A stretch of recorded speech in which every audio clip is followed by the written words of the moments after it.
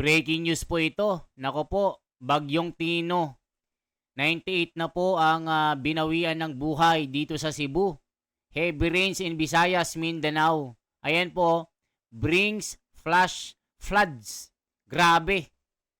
Kung nagawa lang ng maayos ang mga flood control, walang ghost project, hindi sana nangyari ito mga kababayan. Kung walang corruption, walang kawatan, mga walang magnanakaw, hindi sana lumubog ang Cebu. Kita nyo naman, 98 na daw ang namamatay dito. Talagang matindi po ang idinulot na problema at pagdadalamhati itong Bagyong Tino na ito, mga kababayan, na ang kanyang tinira ay Cebu. Matindi po ito, drone na footage ng bagyo sa Cebu. Ibabalita po natin dito. Ito po mga kababayan, sa balita po na ANC Digital, ito po ang balita. Panoorin po natin. Naku, nakakagulat po ito, nakakalungkot. Talagang maraming namatay. Stop taking meeting notes po, and mga like kababayan, ito. Mali-malitang tawag dito. Mali-malitang kwarta. So ito po mga kababayan, i-check po natin. Napakatindi nito, Kuya Eddie. Nakakalungkot dahil po sa mga nangyayaring pagnanakaw sa ating bansa, yung mga importanteng mga project, wala pong nagawa, kundi ninakaw lamang mga kababayan. So ito po, lampas. Ito mga kababayan, check po natin. Ito po. Pinsalang tinamo ng Marami ang nagulat sa tindi ng pinsalang tinamo ng Cebu sa Bagyong Tino. Magbabalita si Del Israel ng One News Cebu. Madaling araw nang iparamdam ni Bagyong Tino ang bagsik nito sa Cebu City. Pinasiwas ng malakas na hangin na may kasamang ulan ang mga establishmento. Nagkalat ang mga yero at nagtumbahan ang mga puno. Umaha sa ilang kalsada. Ang mga sasakyan hindi na naiaangat. Ayan, no? Ang iba pa sa social media na humingi ng saklolo. Napastao na kasi ang baha sa lugar nila. Ako, mga kababayan ko. Hindi. Nang lumiwanag, tumambad ang matinding pinsala. Sa bukana ng subdivision na ito sa Barangay Bakayan, nagpatong-patong sa bukana ang ilang sasakyan. Kaparada raw ang mga ito sa isang basketball court, pinalutang ng baha sa kainanod. Ang ilang residente putikan ng lumilikas. Ilang oras daw silang nanatili sa second floor o di kaya sa bubungan hanggang sa humupa ang baha. Si Ethel dito na isinilang at lumaki sa Cebu. Pero first time daw niyang naranasan ang ganitong dilubyo. Sobrang takot. Hindi namin alam anong nangyari sa amin, bakit biglang rumagasa yung tubig. Si Evelyn sa bubungan daw nagantay ng paghupa ng tubig. Gumamit na siya ng tungkod para hindi madulas sa putik. Nag-pray na lang na maka-survive ba. Kaya grabe yung akyat na mo sa pader. Then para maka-akyat sa ato. Ayon kay Mayor Nestor Archival, ready-to-eat meals ang kailangan ngayon ng mga apektadong residente. Ang kulang dito is yung pagkain because yung city na prepare natin na pagkain na ready-to-eat, medyo kulang-kulang. Mayroon tayong mga bigas at saka canned goods. Ang problema naman is walang kuryente, then wala ring mga gas supply. Sa Talisay City, binura ng tubig mula sa bundok ang mga kabahayan sa kasagsagan ng bagyo. Wala na ang mga bubungan ng bahay at ilang pader na lang ang natira. Kapatid, Dale Israel, One News Cebu. Kaugnay ng matinding pinsalang So yan mga kababayan, ito yung sabi ng mga komento. Sobrang nakakaawa mga tao. Lord, naway magigising na mga puso't isipan ng mga sangkatauhan para magkaroon ng lubos at taimtim na pananampalataya sa Panginoon. Dapat wag nyo na pabalikin yung nakatira sa mga ilog dyan at marelocate nyo sila. Welcome Philippines of flooding capital dahil sa korupsyon.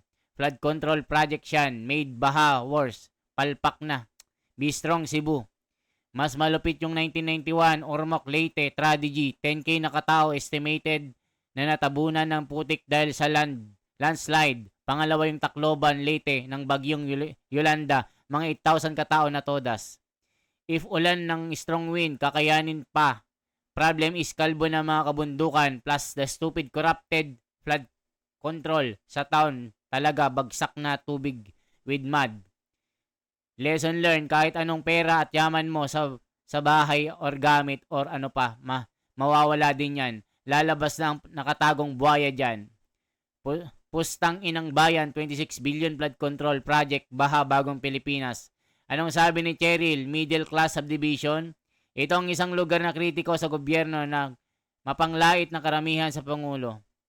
Merong 26 billion flood control fund in Cebu. Grabe, no? Wow, sukatan nyo tao paano kung unano. Pwede naman gamitin ang meters o centimeters. Kaya pagka nagtanong yung mga German dito, hindi maintindihan, pinagsasabi ng Pinoy. Dahil sanay tayo sa kabobohan, gamitin naman na sa media ang exact na sukat. Ano kaya kung walang tigil ang ulan, saglit lang hanggang ganyan na inabot? Ang gobyerno pilit pinagtatakpan ng Ghost Flood Project pero hindi umayon sa kanila ang kalikasan. Halaka, mga kababayan ko, matindi ito. Ang tinamo ng Cebu City sa Bagyong Tino, makakausap natin Cebu City Mayor Nestor Archival. Magandang tanghali po sa inyo, Mayor. Salamat po sa oras. Magandang tanghali, Chirel. Apo, Mayor. Abay, kamusta na ho kayo dyan? Kamusta na yung kasalukuyang sitwasyon dyan sa Cebu City matapos nga itong pananalasa ng Bagyong Tino? Well, dito, actually, as of the moment, una lang natin yung sad report. As per recorded nito, kasi ang Cebu may dalawang distrito, North and South District. Nang dito sa North, mayroong missing persons tayo. Mayor? May mga nawawala daw.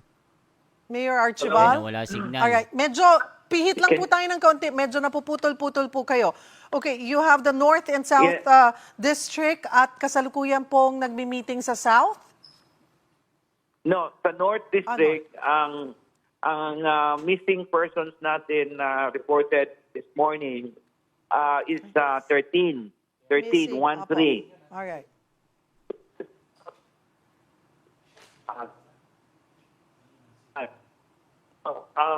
Earlier, may 8 persons dito sa North at saka hindi pa nakita yung 5. Sa South District naman, wala pa akong report kung may na-retrace pa sila. But for now, 19 ang missing, 8 ang nakita. O isipin nyo, 19 ang missing, 8 ang nakita. Grabe, no? Kaya hindi maitatago yung ano dito yung iskandal ng flood control kasi patuloy na binubulgar ng kalikasan, ang kahayupan na mga nanunungkulan ngayon, no? Sobrang magnanakaw, mga kababayan ko. Kaya yung kalikasan, binubulgar na po yung nangyayari.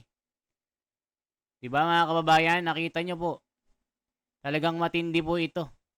So ano pong masasabi nyo po mga kababayan? Talagang binubulgar ng kalikasan ang nangyayaring pagnanakaw. So ito po, ituloy natin. Ito po, talagang matindi po. Binulgar talaga ng kalikasan ang nangyayari. Restored. Ang tubig, something like 50 ngayon because yung tubig natin is nakakonect doon sa electrical facility. Now, mayroon namang mga generator pero yung mga ibang pumping station, nasira yung mga piping because like for example, yung mga bridges, nandoon yung pipe. So, nasamaan din. But we're looking at the possibility na ang power, although 50% pa lang, ma-restore within the next 2 days kasi mayroon namang mga utility companies na nagtulong sa atin dito. At saka, kung ang power naman So yan po mga kababayan, salamat po ng marami. susunod